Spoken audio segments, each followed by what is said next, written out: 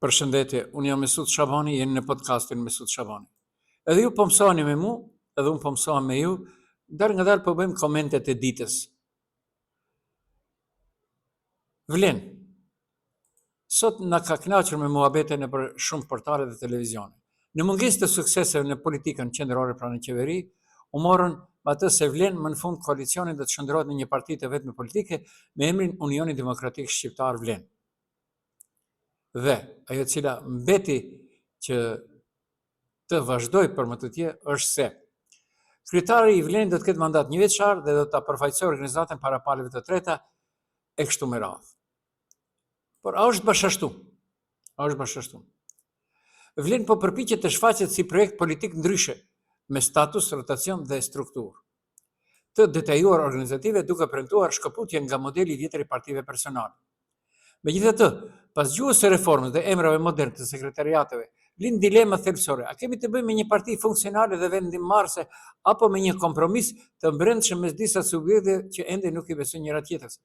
Sfida e vërtet për Vlenin nuk është forma, por aftësia për të prodhuar politikë reale dhe përgjegjësi konkrete.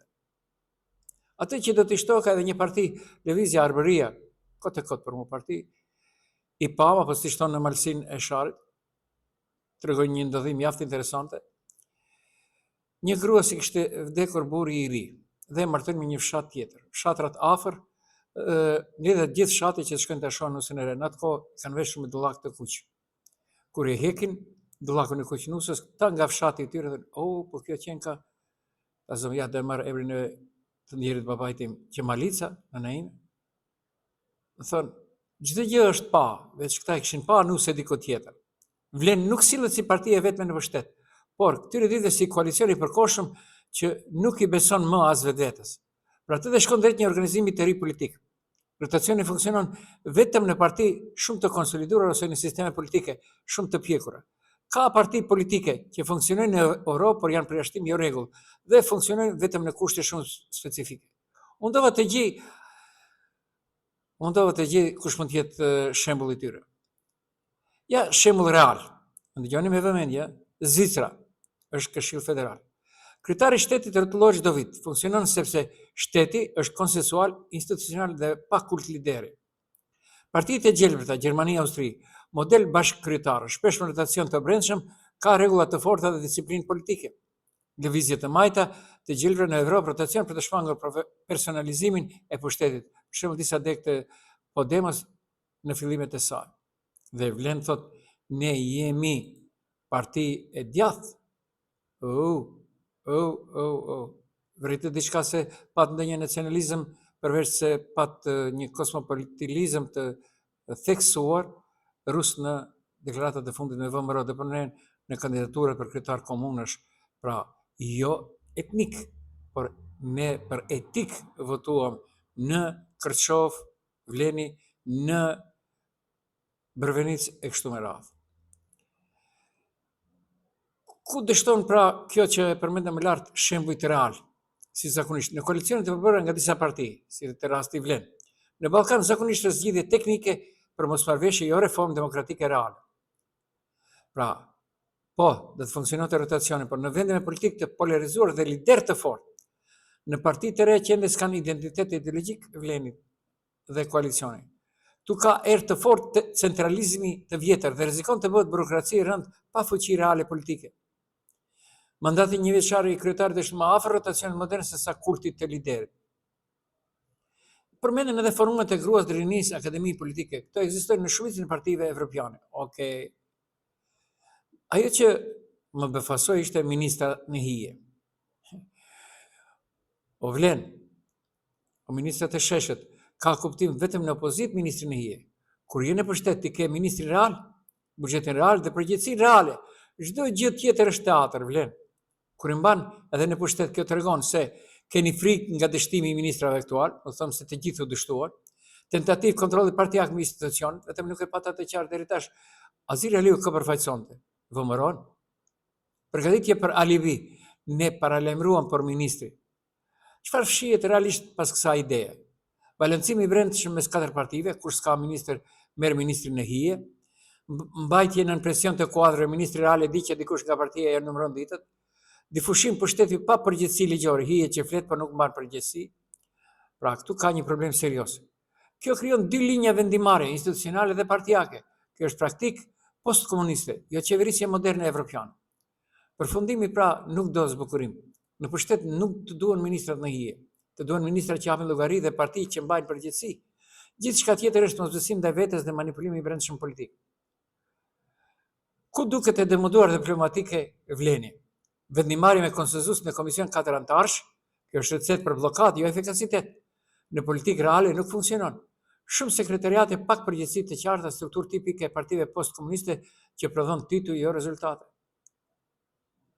Kryetar një veçar pa peshë reale, rrezik që pushteti real të mbetet te grupet themeluese jo te organet formale. Model uniform për qendër dege në ndek, kopjim vertikal tipik për partitë e vjetra, jo për organizata fleksibile moderne. Pra, problemi kryesor politik është se ky model duket më shumë si kompromis mes 4 partive se sa vizion i qartë për një parti të re.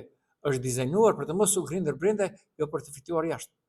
Pra, nuk është komunizëm, por është me erën postkomunizmi. Është organizim i rënd, i vjetër në mendësi, me shumë rregulla dhe pak politikë reale. Nëse vlen nuk e thjeshtëson dhe nuk e lidh pushtetin me përgjegjësi konkrete, ky model do të funksionojë vetëm në letër, jo në terren. Pra, ajo e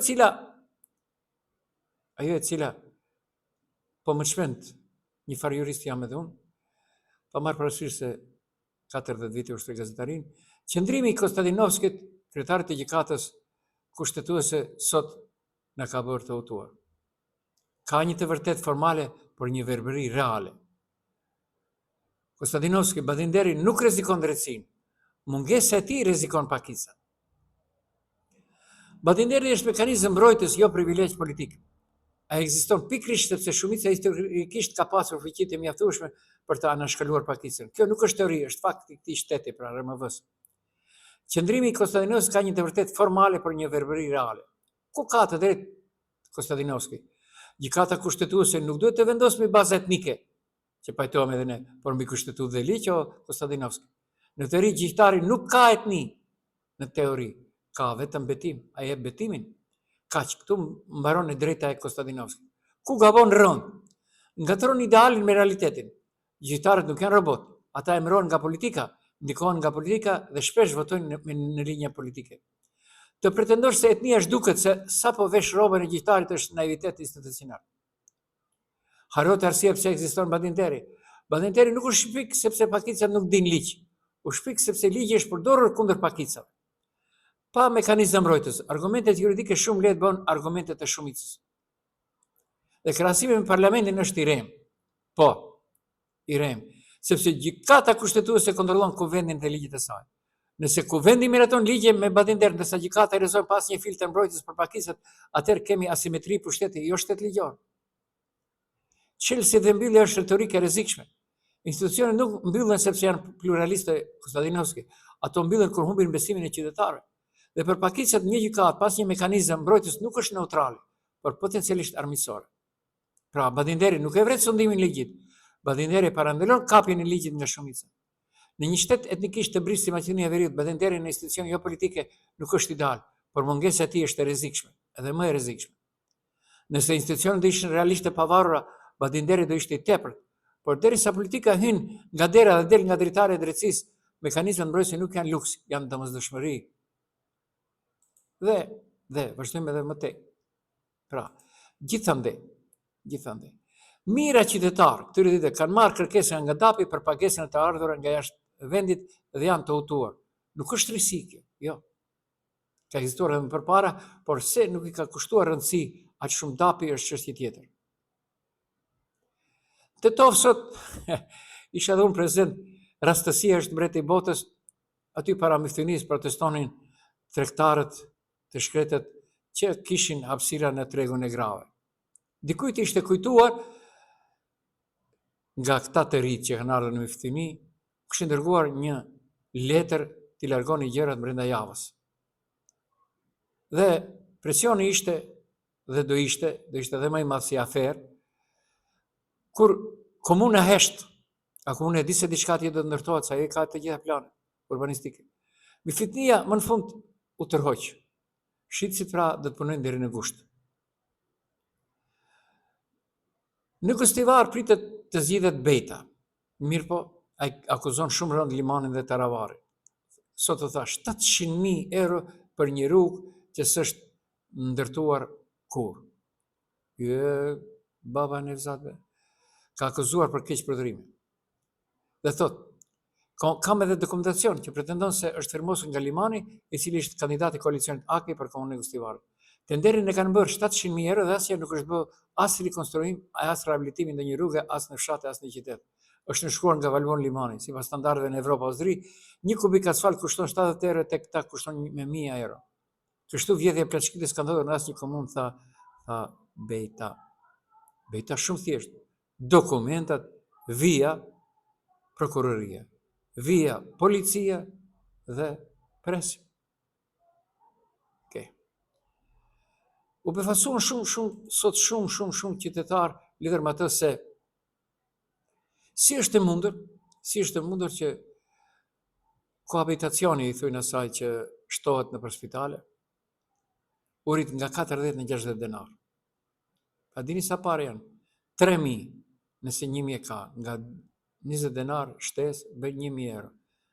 Plus, do të thënë shtesë plus 1.000 euro. 3.000 nga 60 bën 180.000.